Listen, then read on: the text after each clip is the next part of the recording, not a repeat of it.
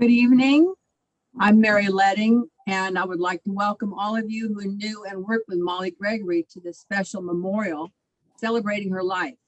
I knew Mollie since about 1980 and served on the board of Women in Film with her. At various times, I've also served as her lawyer and am the executor of her literary works. Diane Asselin-Bear, her executor, and I are pleased that Women in Film has organized this virtual memorial to remember Mollie and all that she meant to so many of us. We will hear from a number of individuals in the next hour and a half, and there will be time at the end for those who wish to add their own personal memories. Let me begin with some facts about Mollie. She was born Mary Lawrence Griffin in 1937 in Portland, Oregon. Mollie's mother was an art teacher and her father a biologist. Her parents were among the intellectual teaching assistant crowd at Reed College, which no doubt gave Mollie her quick wit and love of books.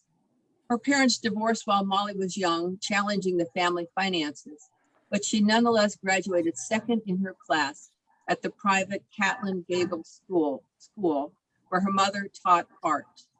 If you've been to Mollie's apartment, you understand her lifelong interest in art is evidenced by the many paintings, ceramics, and art pieces she collected.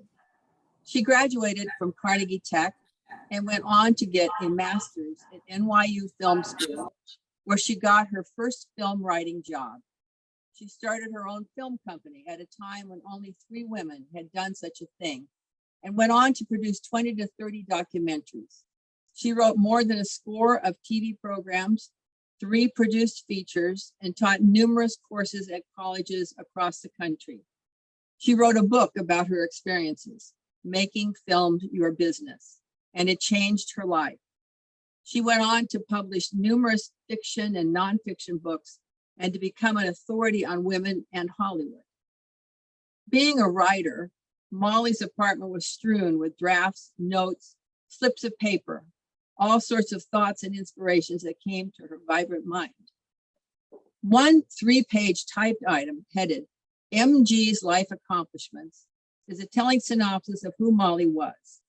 She wrote in part, quote, I used natural tenacity and some natural talents to stay in whatever field I chose. I made the films I wanted to make. I married the men I wanted to marry, and none of them were crooks. I've always learned from my friends and am a loyal and compassionate friend. Every organization I joined and worked for asked me to become its president. In some ways, I regretted not having that last child, but on balance, I have many, end quote. I think we all have known and loved the offspring of Mollie and her amazing talents.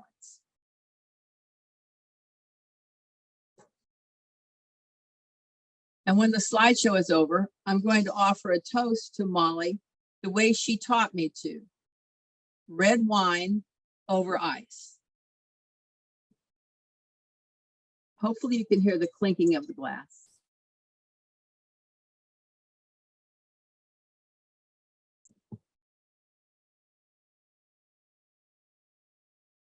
And now we would like to hear from some other individuals who've known Mollie over the years. The first speaker is to be Phyllis Geller. I'm not sure if Phyllis is on. Is she on? Hi, everybody. I'm just so thrilled to be able to honor Mollie with all of you. I can't see anyone's face, but it's very moving to know that you're all out there. When I first moved to Los Angeles in the late 70s, I missed my New York friends so much. I used to go to parties in LA, not to meet men, but just looking for women friends. Then someone told me about this women's group and thought I might be interested. And they took me to a meeting of women in film. And that changed my life. I know it sounds very dramatic, but it was absolutely true. I had found my women friends. It's when I met a lot of you, and it's when I met Mollie. I just loved the way she spoke, the way she thought. I loved her sense of humor. She wasn't funny, ha-ha, but clever and wry. It was all in the gesture. When something happened or someone said something that she thought was foolish, Mollie just went, "Oh, you'll recognize the gesture." It always cracked me up. I loved how she loved art. I loved how she loved her cats. I loved her politics. I joined the Women in Film Board when Mollie was president in 1981.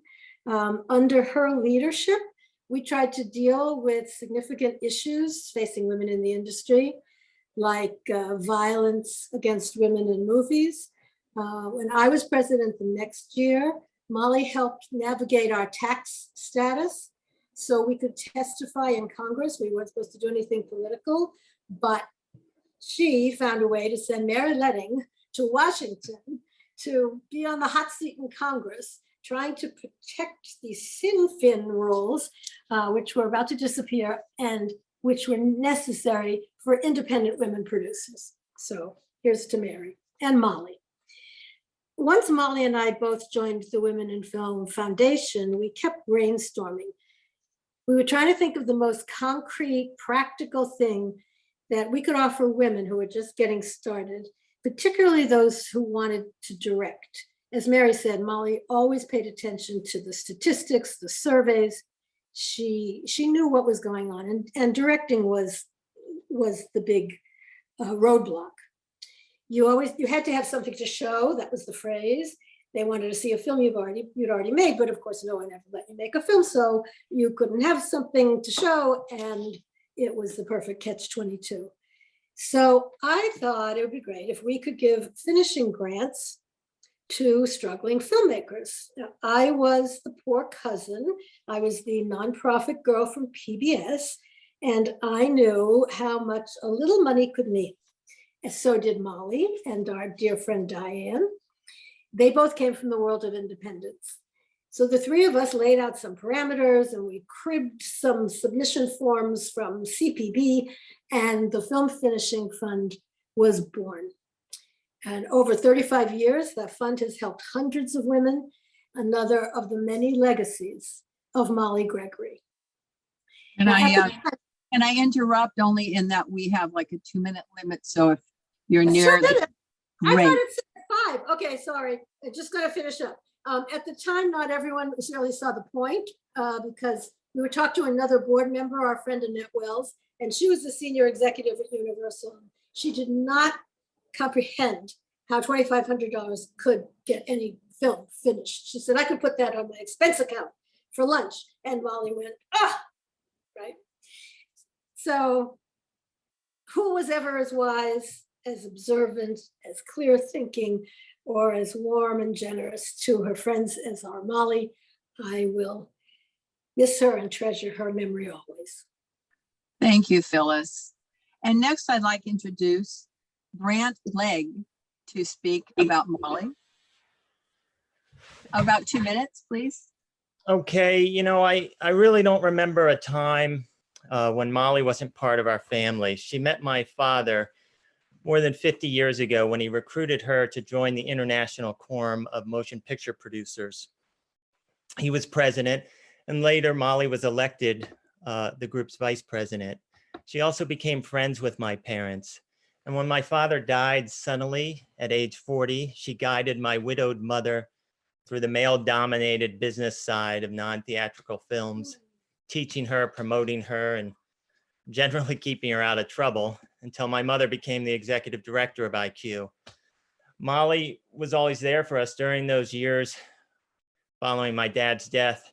Mollie helped us financially when she could. She helped us get back on our feet, and I even learned to swim in her pool. And although she wasn't exactly a kid person, we were lucky that for some reason she liked me and my 4 older brothers, and maybe that had something to do with my mom.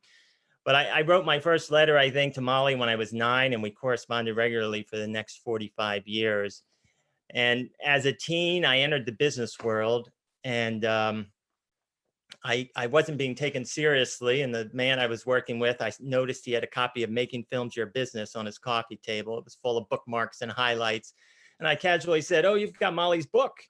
And he told me it was his Bible. He said, "It's incredible." And I said, "Oh, she's a friend of mine." And then I went on to tell him some stories about Mollie, and he was impressed. And after that, I was an equal. And I went on to achieve crazy success. The media dubbed me the teen tycoon. I was making millions at that time. Mollie cheered it all. She watched the interviews. She bought a copy of People magazine, called me every time she saw it. But then the market crashed and I made some mistakes. I lost everything.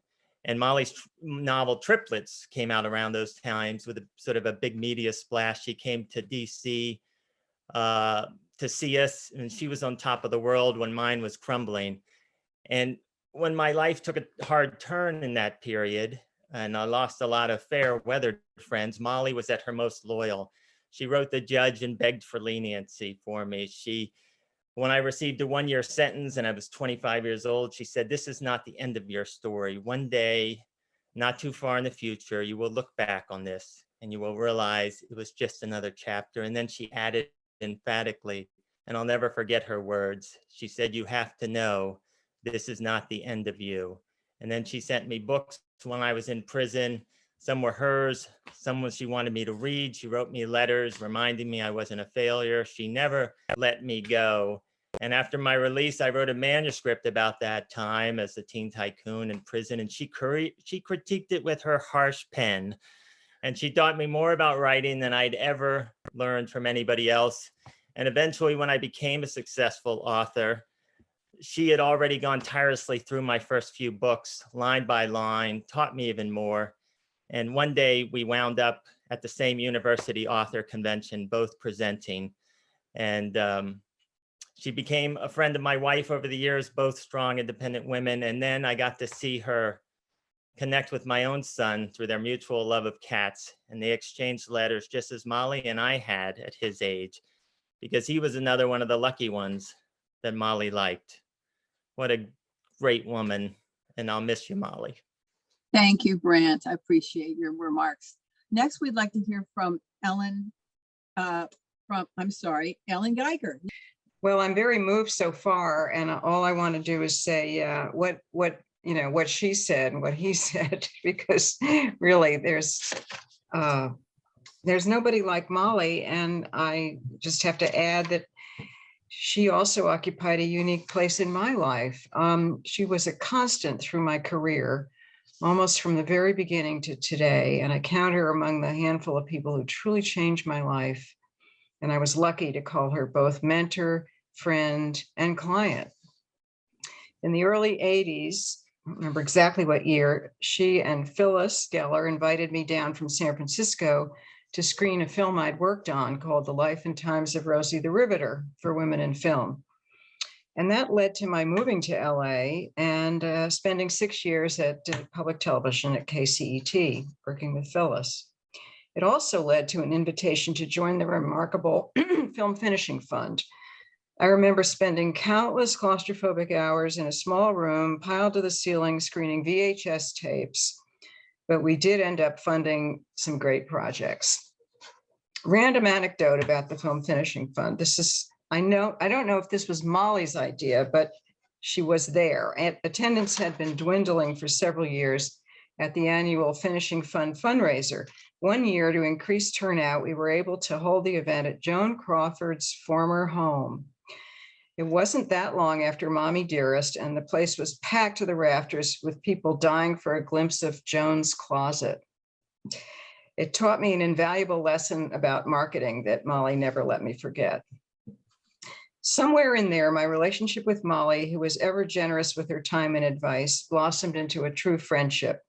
We stayed in touch after I moved back to New York, and I segued from television into agenting, and she became one of my most treasured clients.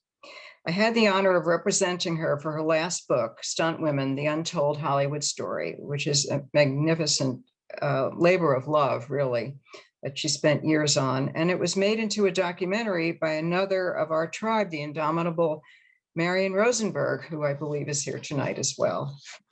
I will never forget Mollie's pioneering contributions to film, to women, to the causes of justice and equality. And I will never forget her unfailing kindness and generosity. May her spirit live on and renew us now and in the days to come. Thank you. Thank you, Ellen. Our next up, we're going to hear from John Wilkman. If John's not on right now, let's move on to Eileen Kahn. If you can say a couple minutes worth of your thoughts about Mollie, Eileen. It's wonderful to see so many of our dear, dear friends from Women in Film through the years. And I just want to say how Mollie helped us expand and continue our community, even beyond Women in Film, and then the group of women who are in Greenlight Women, and just those of us who've remained friends for 40 years. I've known Mollie over 40 years. She was fiercely, fiercely dedicated to preserving women's history. And she was the self-appointed historian of women in film and wrote For the Record, which we have countless interviews beyond her book, her great book I wanted to show, Women Who Run the Show, which was how a brilliant and creative new generation of women stormed Hollywood in the 70s and 80s. And her interviews were so incisive, and this book was seeded by Women in Film. So the connection that we all have to women in film, I think we owe a big part to Mollie. And I will personally miss her as a mentor, as a friend. Our laughs, our devotion to preserving history. And I've been producing the Women in Film Legacy series for many years. And I realized that no one had interviewed Mollie. She's interviewed all of us, but she was not interviewed. So tonight you may get a little treat. I'm not going to say too much more about that, only that she was a singular woman in this business. I will never forget you, Mollie. Your beautiful scarves, your art, your books. The last time I saw her, I photographed her books in her beautiful apartment. Her jewelry, her sense of style, grace, and deep intelligence. So she was a one-off, a unique person. I will never forget her. So thank you. Good to see everybody. Thank you, Eileen. 2 minutes is tough when you're talking about Mollie, but I'll try.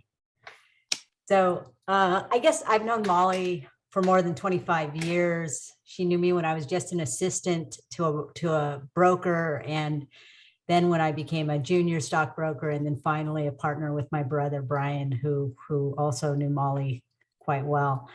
But she was always a good friend to my mentor Dawn, and you know, she always let him be himself in a time when he and his partner were persecuted for being who they were. And it struck me at a time when it was not okay to befriend people like Don and his partner, or me for that matter. She was a fierce and loyal friend to us, no matter what. Always admired her her sense of independence and sense of justice and fairness. And I think she was a champion to so many of us, people who just wanted to work and be respected and do our jobs, really. She was always quick to smile and wave off, you know, difficulties that she might have been having at the time. And the only time I saw her get truly fired up is when she was talking about someone who wasn't being treated fairly.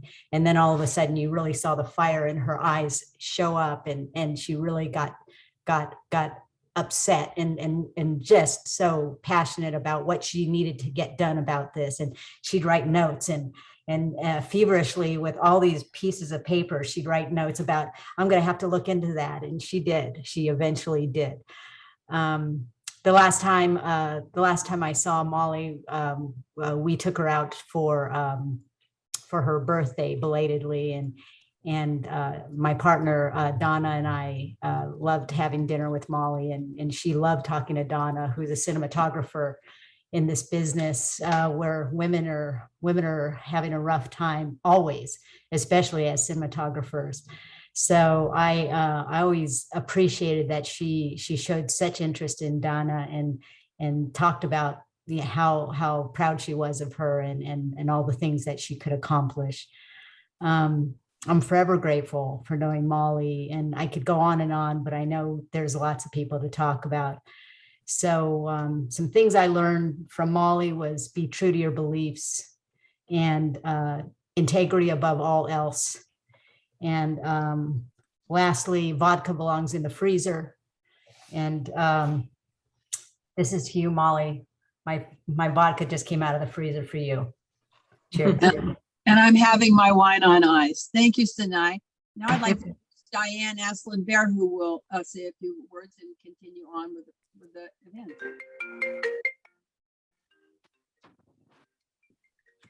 Hi. The notable extra benefit of a memorial gathering, in addition to honoring Mollie, is a reunion of her people and their memories. Mollie joins people from our shared past: Irma Kalish, Dorothea Petrie, Jonna Levine, Nancy Malone, and others. One in particular, given Mollie's work, is Annette Wells. When Annette died, she left a grant to Women in Film to develop the Women's History Project. It turns out the grant money was well spent. It allowed Mollie to launch an interview project with women in all phases of the film and television business. Those interviews turned into an information source for Women in Film, the organization, but also for Mollie's book, Women Who Run the Show, which Eileen has just talked about. This gathering tonight will indirectly serve as call it a rough draft, I guess, for the 50th anniversary of Women in Film next year. Mollie would love to think of our gathering tonight that way. She was the originator of keeping track of women in film history and using stories of women who made this history as a powerful tool, a reference for the future. So preparing for this gathering, I've been thinking of the stages of life for all of us. We've all known each other so long, or many of us have, as well as the stages of my long friendship with Mollie. While I knew her before, our real connection began in 1981 after the campaign where she was elected president and I was elected vice president.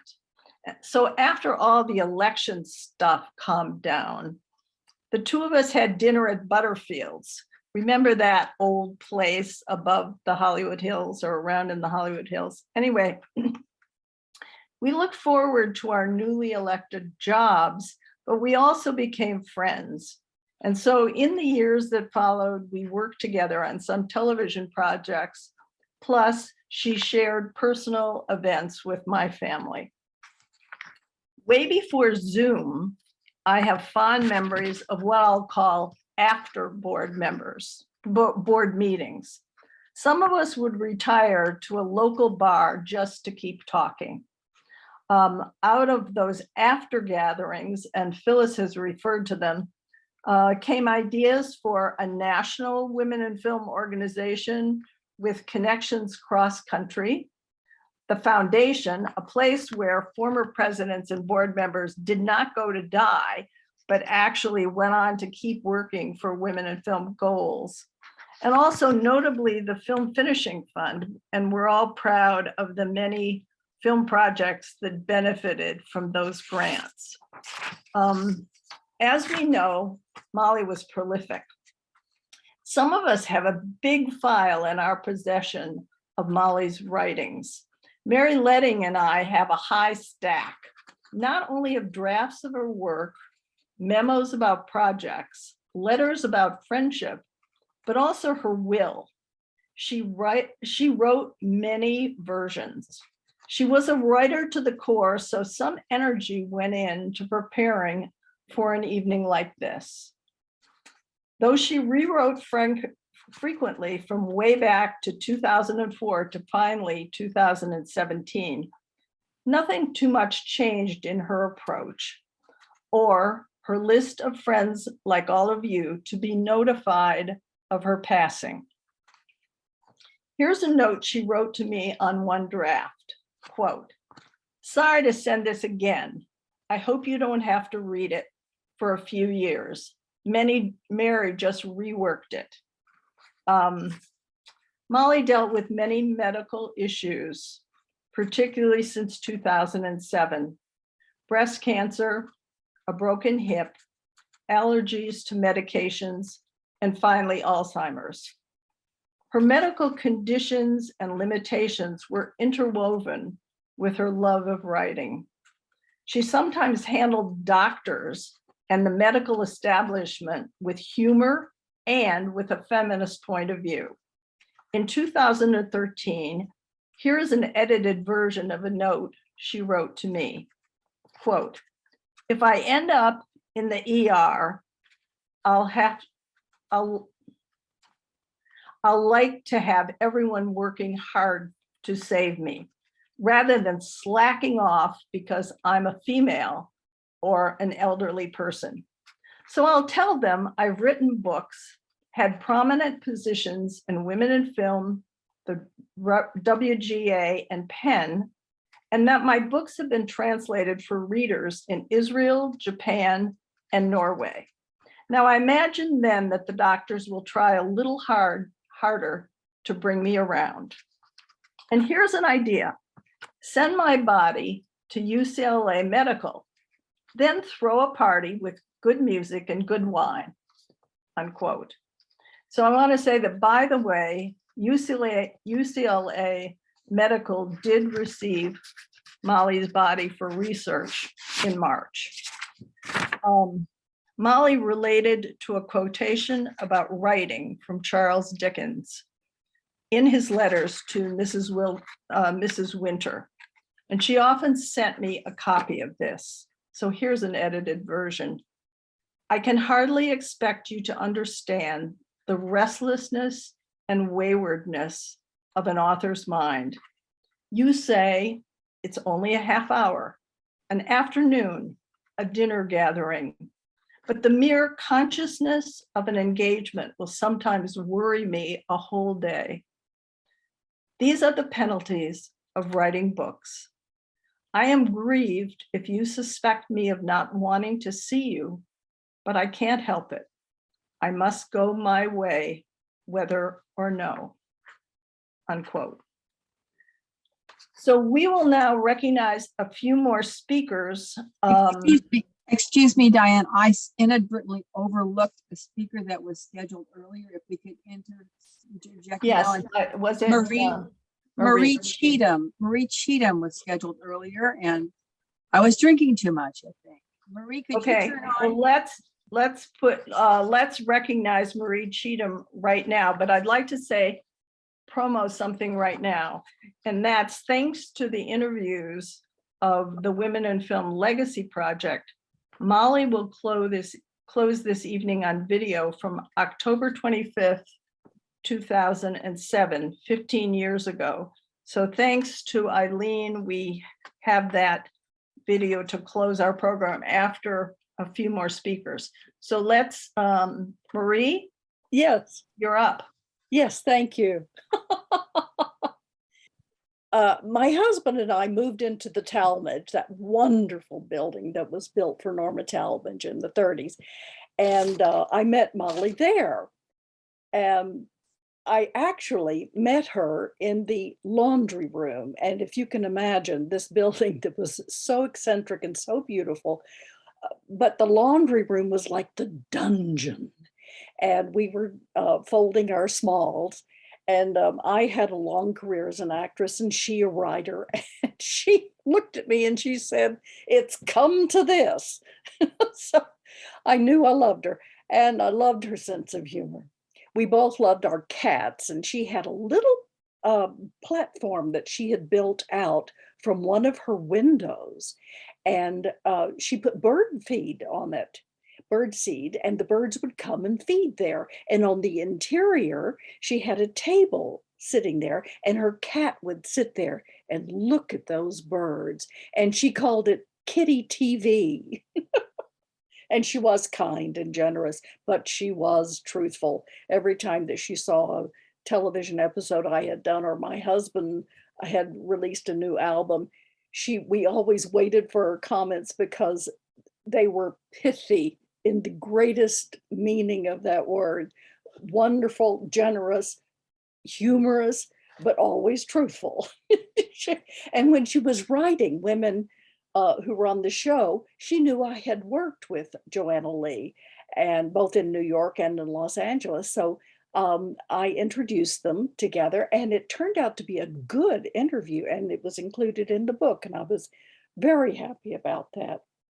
And we were so happy to attend her book signing at Dutton's, and I encouraged her to wear that hot pink jacket, because I think that women of a certain age look really good in hot pink.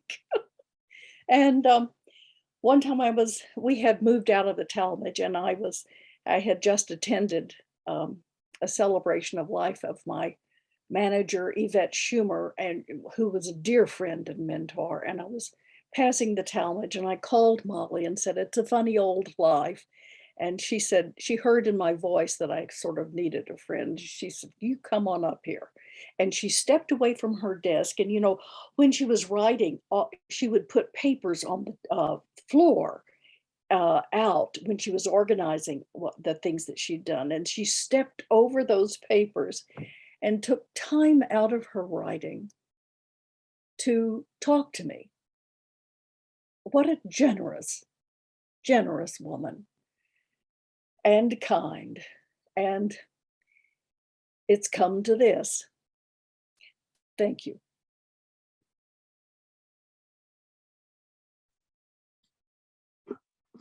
Thank you, Marie. Diane, I don't know if you're there, but I think the next person to speak is Tracy Burns. Is that correct? Is Tracy Burns on? I can't tell if Tracy Burns is on. Yep. Tracy Burns, could you turn your microphone and your camera's on? That's great. Okay, yeah, is the microphone on now? Yes. Okay. I met Mollie in 2007. I was working as a volunteer at Women in Film. I'd only come to Hollywood about 2 years earlier. I'd been living and working in DC. And Mollie was going to write for the record, and she needed an assistant. And I was lucky enough to get that job. And Mollie was amazing. I mean, I would go to the Talmadge, and she had 2 offices because she was working on more than one project at the same time with files and books and interviews. And she worked hard, and she had all this energy and all this knowledge about the history of women in film because she'd lived it. She was wonderful to talk to.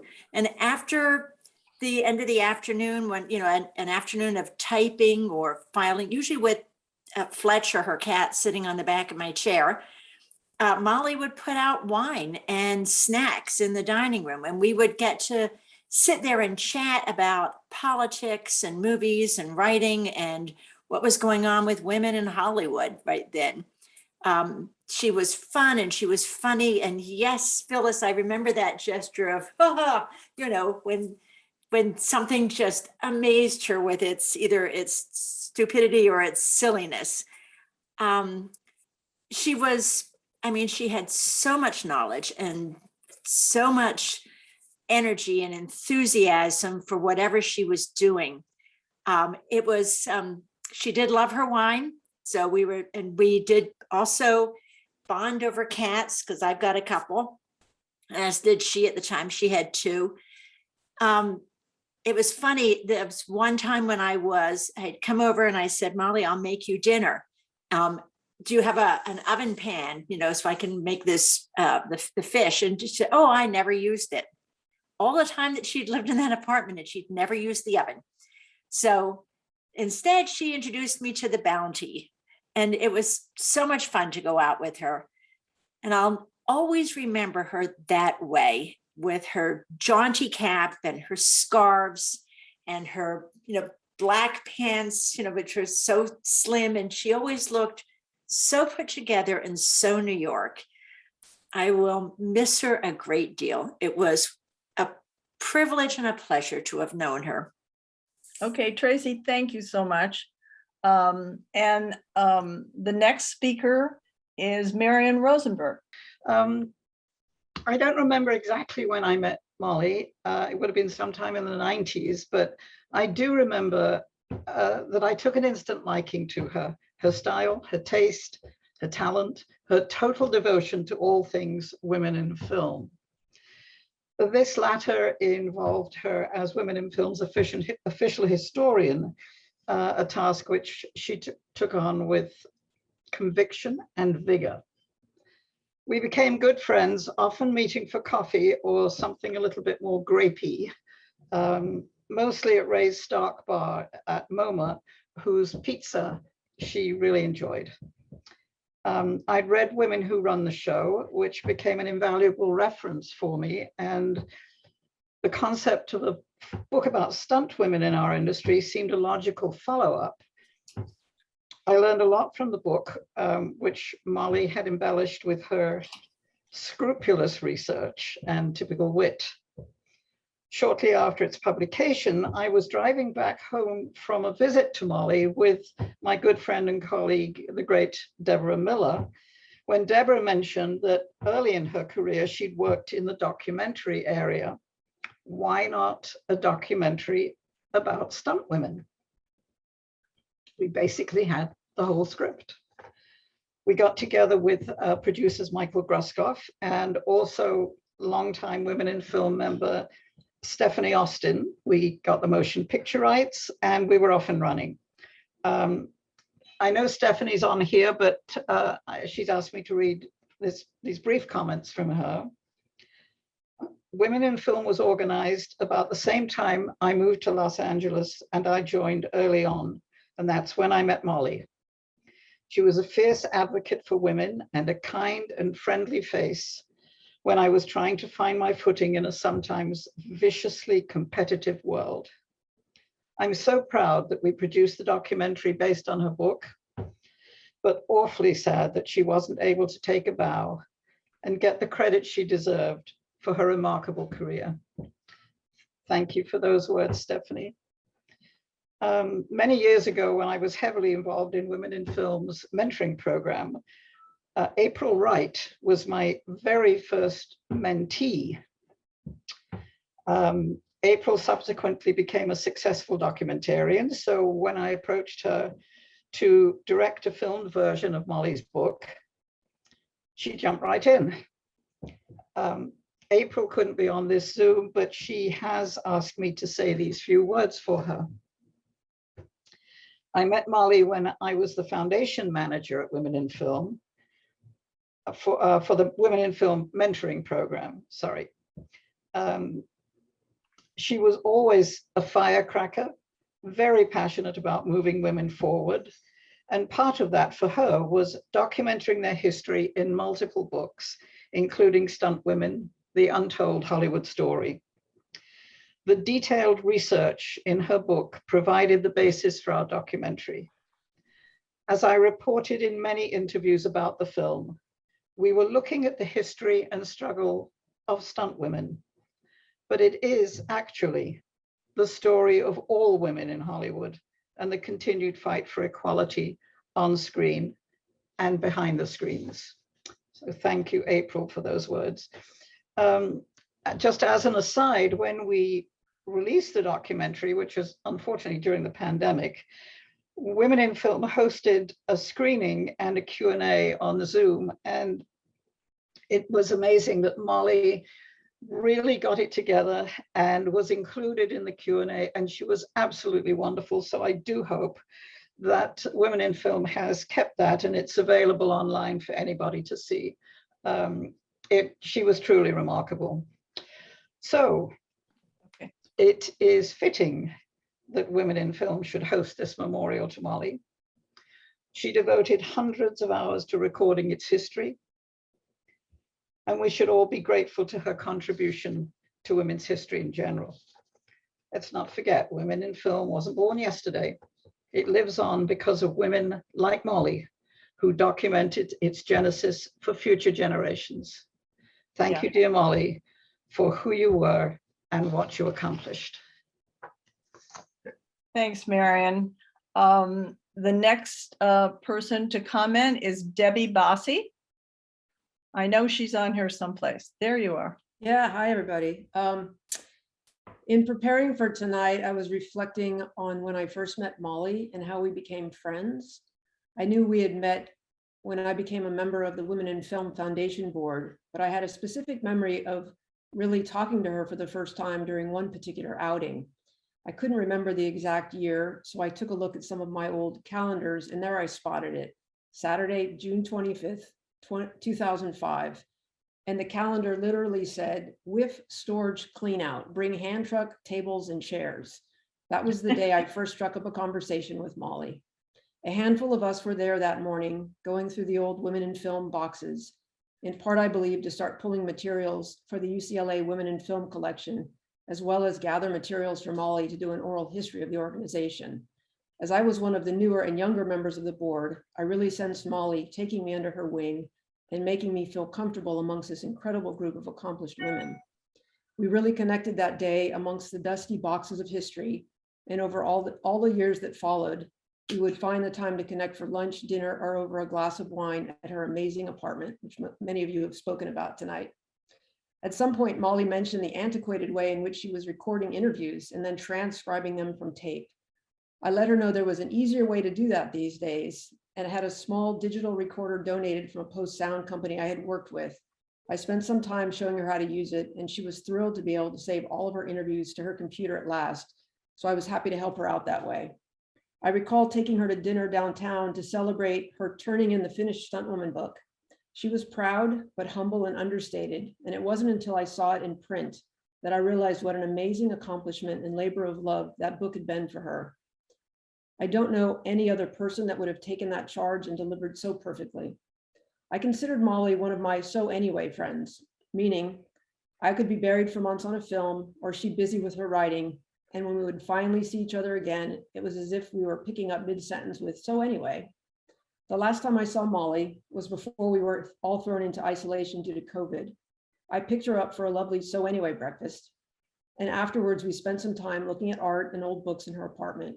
Before I left, I snapped a photo of her standing in front of her large Stuntwoman book cover poster. She was smiling ear to ear. We connected via email during COVID and again late last year, but I never thought that would be the last time. I'll close with this.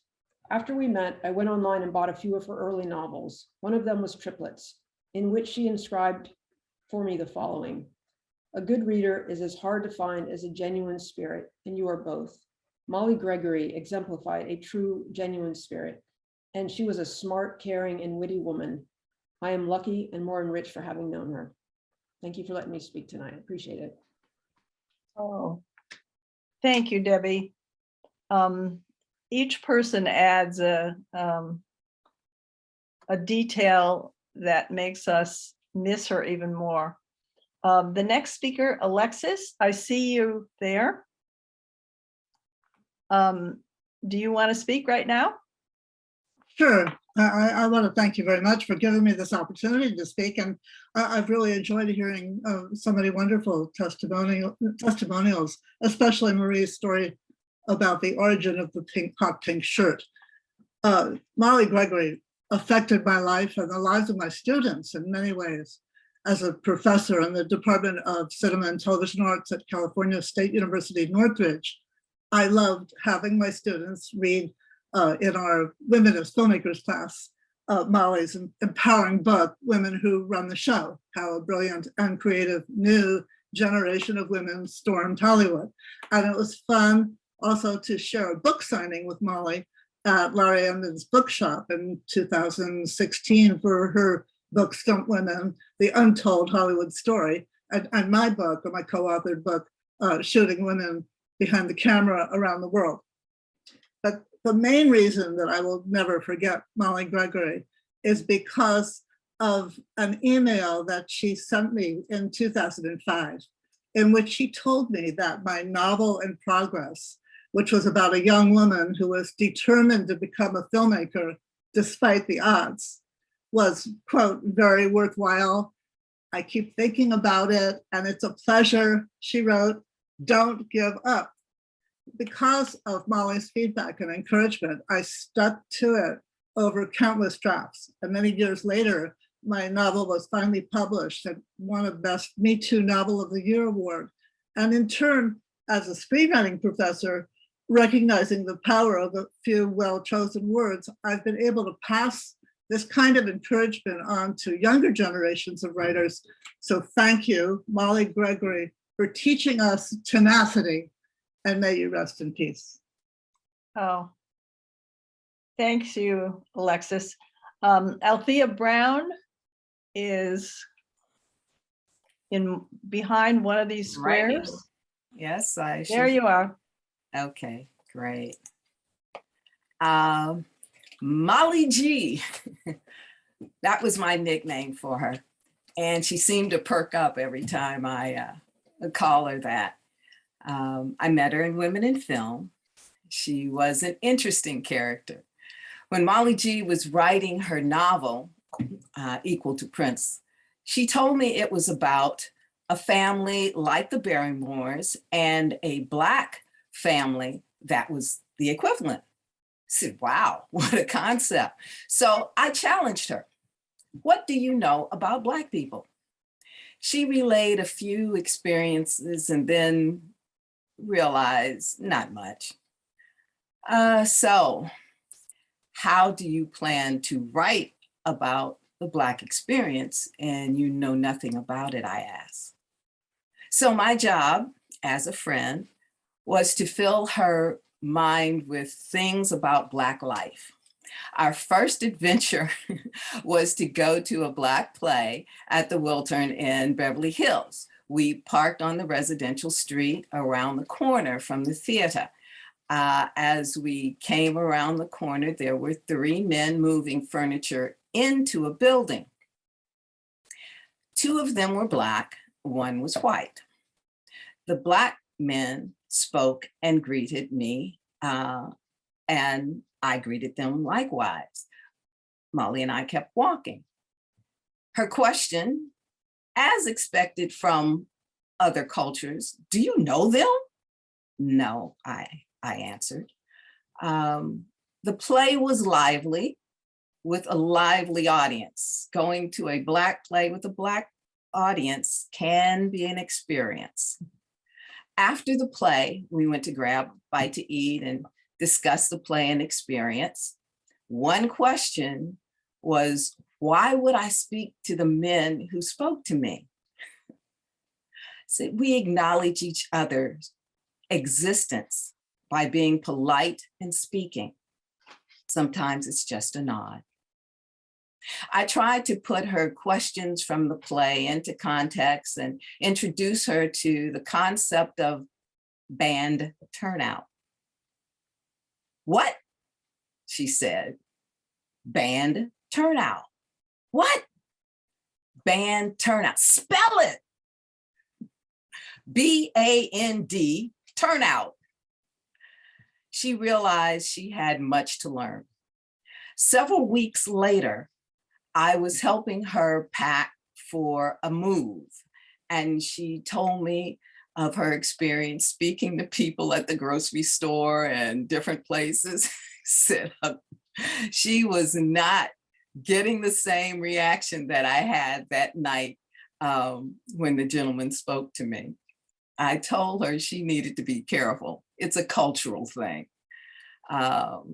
However, band turnout did make it into the book. Over the years, I have kept in contact with my fellow board members that have now made their transition to the next starring role, like Irma Kalish, Jonna Levine, Marion Reese, and now my good friend Mollie Gregory. Yeah. Perhaps the greatest reward of my experience being an active member and former board member of Women in Film was the kindness that was shared. Thank you for this kindness of a memorial service for our dear friend and colleague, Mollie Gregory. Kindness can move mountains. Yeah. Thank you, Althea. I met Mollie in 1955. I don't think any of you have known Mollie that long. It's a long, long, long friendship. I was a sophomore at Carnegie, and she had just come to Carnegie, and we hit it off immediately. I saw a person who had such spirit. She was so bright. She was so funny. And there was some place in all of that where we had a meeting of the minds, and we just had a friendship. I went on and became a member of the Actors Studio and did a lot of work in New York, off Broadway, and so forth and so on, and did all kinds of things, and was in some experimental films. And Mollie, of course, was going on. She was in Hollywood. I think I visited her once there as a widow and had little money. And I came and saw her. But what Mollie and I shared, I mean, I don't know any of you.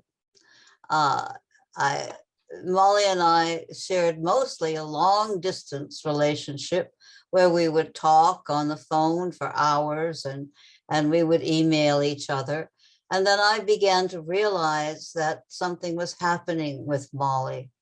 I would call her and she wouldn't know who I was. In fact, she would be upset. You know, what are you doing? Who are you? You know, that kind of thing. And I then would email her and said, oh, you know, Mollie, I think I upset you. And she would email me back and said, no, I just, you know, was whatever. So I saw that something was happening.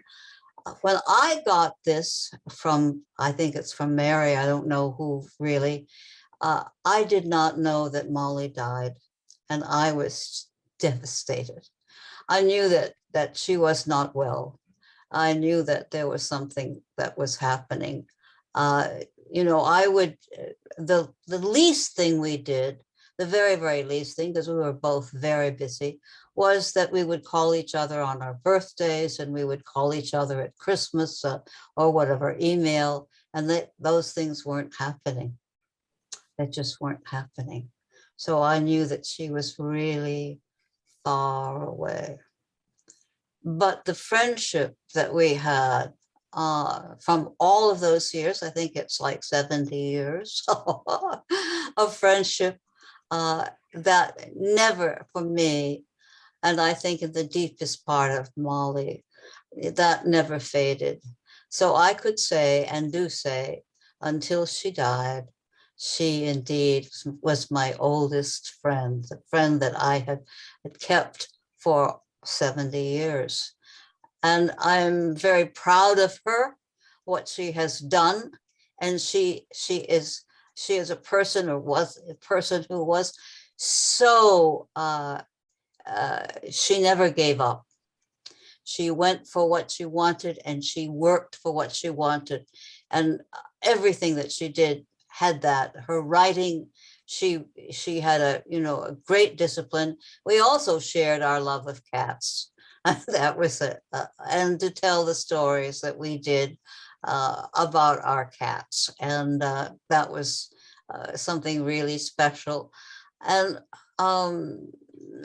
she lives for me. I think my image of Mollie was really, I think, when we were in our 20s, 30s, that image that I have of her. And she was so incredibly, she had a kind of style and beauty that was amazing, and life. And to see this picture of you, of Mollie, dear, when you were a little girl, and to see those eyes, which are exactly the same. Doesn't matter how, whether you, I don't know how old you were in that picture, Mollie, but those eyes are those eyes that never stopped gleaming and shining and showing so much soul.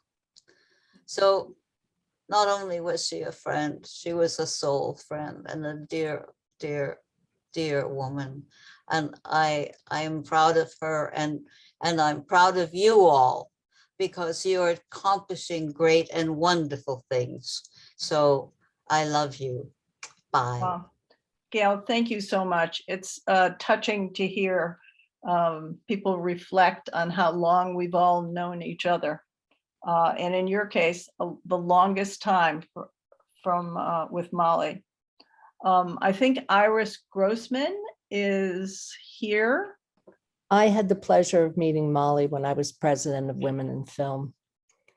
And the women that you mentioned, someone mentioned before, Irma, and the incredible women, Nancy Malone, the women who came before us, who opened the door to let us in. And I will never forget these women whose shoulders we are all standing on. And Mollie was a great historian. She was an extraordinary woman. And if it weren't for women like Mollie and many of the women here tonight, I wouldn't have had the career I've had. I wouldn't have had the things I had with their support, and Women in Film would not be what it is today if it weren't for the women who 50 years ago brought a lunch to T.G. Wilkerson Cassell, sat down and said, we have to make changes. And I just hope that the young women who come after us don't forget that there was a time when they did not have seats at the table, that they were not allowed in the room. And women like Mollie opened the door, let us in, and kept the door open. And all I could think about is, may her memory be a blessing, because the memories that she gave us truly will be with us forever. Yeah. Well, thank you, Iris. And apropos of that, we know Eileen is working hard on the 50th anniversary coming up, when so many of the people you have mentioned and have been mentioned this evening will be part of that celebration, I hope. Joanne D'Antonio, are you here? I am here. Oh, great. Would you like to speak now? Yes, I'm trying to get the video to start. There we go. Okay. There we go. Did it come on? Yeah, there I am. Yes. Mollie Gregory was president of Women in Film when I was elected to the board in 1981. What a smart group of women. I had only been a WIF member for just over 2 years, the minimum to qualify. I was asked to run because they wanted representation from women who worked in the so-called crafts. I had been a worker bee sound editor on Coppola and Lucas movies that would eventually become icons, but I was really new to the Hollywood industry. From Mollie, I learned leadership. She was so articulate, far greater than I would ever be. I think her words charmed us to accomplish her goals, and we volunteered because we wanted to be in her court. We always went to Harry's bar for drinks after the meetings, and I loved being in the company of Mollie's style and dry wit. I would go on to be on a total of 10 boards, including the Editors Guild for 20 years. And I was president for 3 years of Friends of the Highly Gifted Magnet at North Hollywood High School, where I was on the winning side of 5 serious crises. And looking back, I realized I truly had no role model for leadership until I met Mollie. I admired her ability to charm us all and cast us into just the right roles to succeed. Her perseverance in getting her books finished inspired me to finish my book on film director Andrew Marton of the famous Ben-Hur chariot race. His daughter, Tonda Marton, also a friend of Mollie's, is on this Zoom call. I loved Mollie's independence and how she stood on her own. She had style that recognized the history of old Hollywood. She had digs in the Taft Building, where I would later edit a movie and remember her past there. Some years ago, I gave her all my Women in Film files when she began to compile the history of the organization. When I spoke to her in her later years, I realized that this energy is not forever. She was always accessible and friendly, but now she had become more vulnerable with diminishing strength. I think now she needs us to do some work for her again, to create a Wikipedia page, a proper obituary, and figure out why her website is now in Chinese. The amazing Mollie Gregory deserves a legacy that matches her brilliance and remarkable spirit. So very glad, Mollie, that you were part of my life. Thank you. Thanks, Joanne. So Tanda Martin is here and she is speaking from New York. Tanda, hi. Yeah, hi there. That's fun to follow Joanne. Yeah. It's so great to hear everybody's words, and it just makes me miss Mollie so very much. I met Mollie, it would have been late 1970s, 1979, 78, 79, and I have such memories of four of us getting together at Musso's over martinis and laughing and carrying on. She had the greatest sense of humor, not telling a joke humor, but effervescence, just amazing. And I feel so bad that, once I moved to New York, I saw her less. I would see her in Los Angeles when I came to visit. But hearing everybody speak, I realized, oh man, I miss all the time that I wasn't able to just call her up and say, let's get together. I did want to mention that in 2002, when Women Who Run the Show was published, there was I did a book launch party, a publishing party at my apartment then on 16th Street. And she gave me the guest list, and most people I didn't know, most of the women who showed up, but it was one of the most wonderful parties I was ever involved with. To see her intense, passionate, deep relationships with all these women, and we all loved each other. We were all there for Mollie, and we instantly gravitated to each other. It was really, really high energy, passionate evening. It really was fabulous. And then in 2016, I went to the National Arts Club for the book launch for stunt women. And it was wonderful to see her having gathered 5 or 6 or 8 women who were in the book, and to be in the room with them. They all sat around the edges of the room and they took turns talking.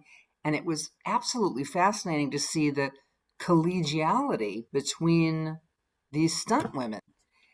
I don't know what I would have thought, that they would have been more competitive, but their relationship with each other kind of epitomized what Mollie's energy of, we're all in this together and we're all here to support each other. I miss her terribly. Thank you very much for organizing this event. Okay, thank you, Tanda. Nice to see you too. Now we have the luxury of Mollie, who was interviewed for Women in Film Legacy Project in October 2007, thanks to Eileen, I think, who will end our program tonight. So, Ebony, will you cue that up?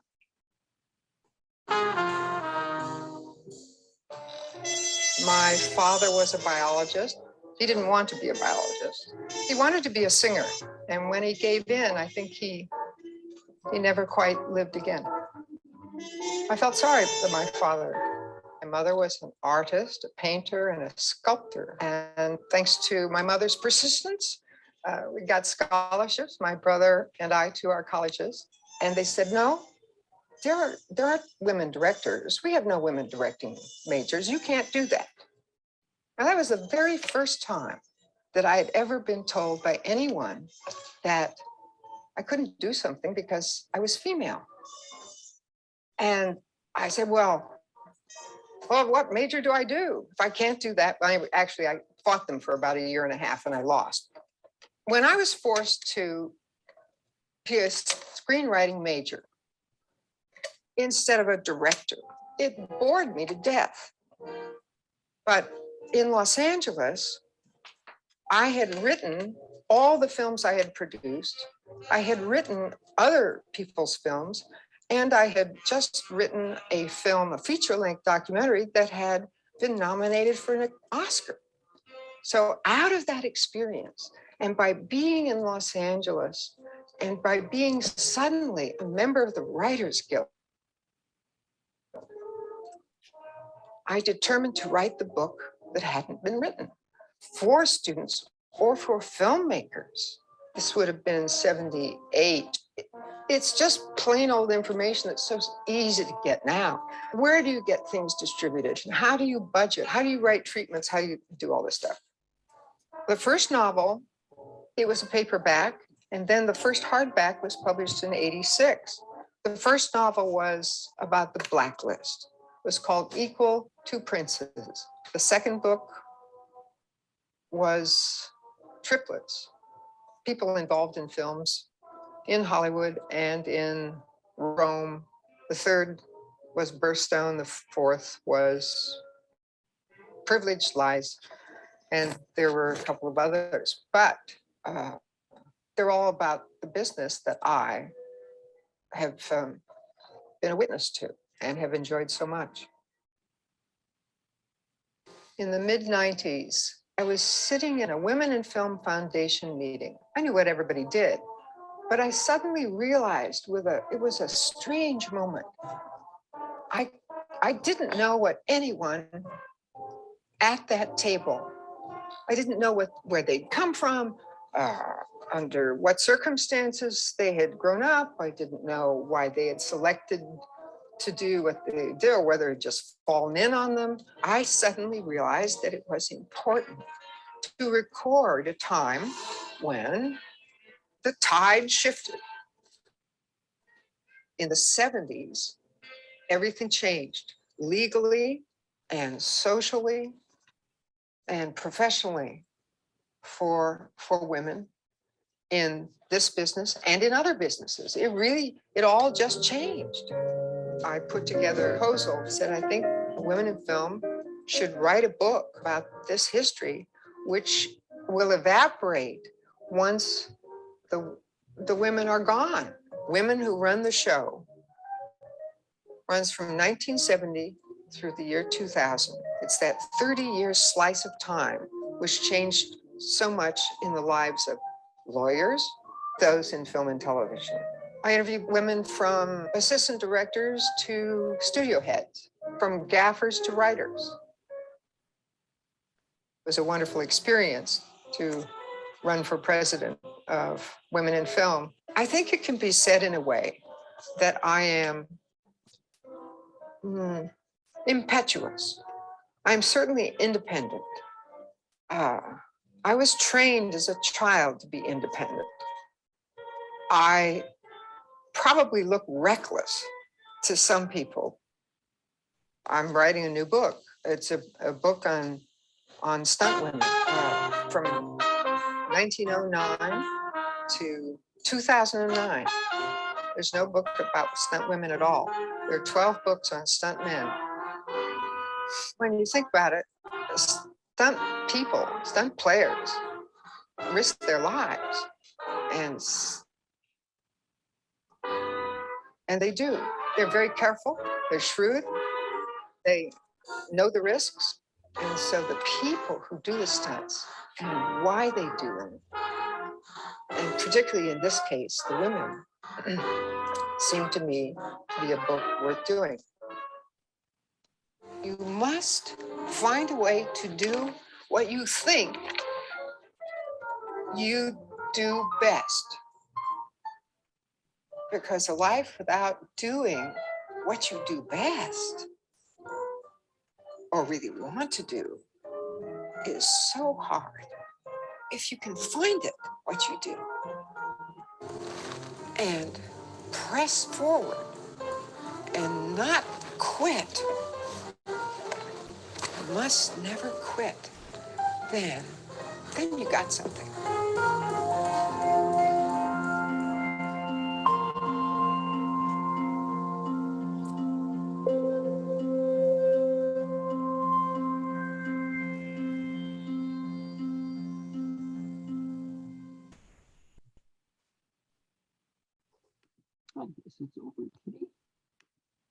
We want to thank everyone for joining this memorial and all the words and remarks that you said. A great thanks to Ebony and to Women in Film. Have a good evening.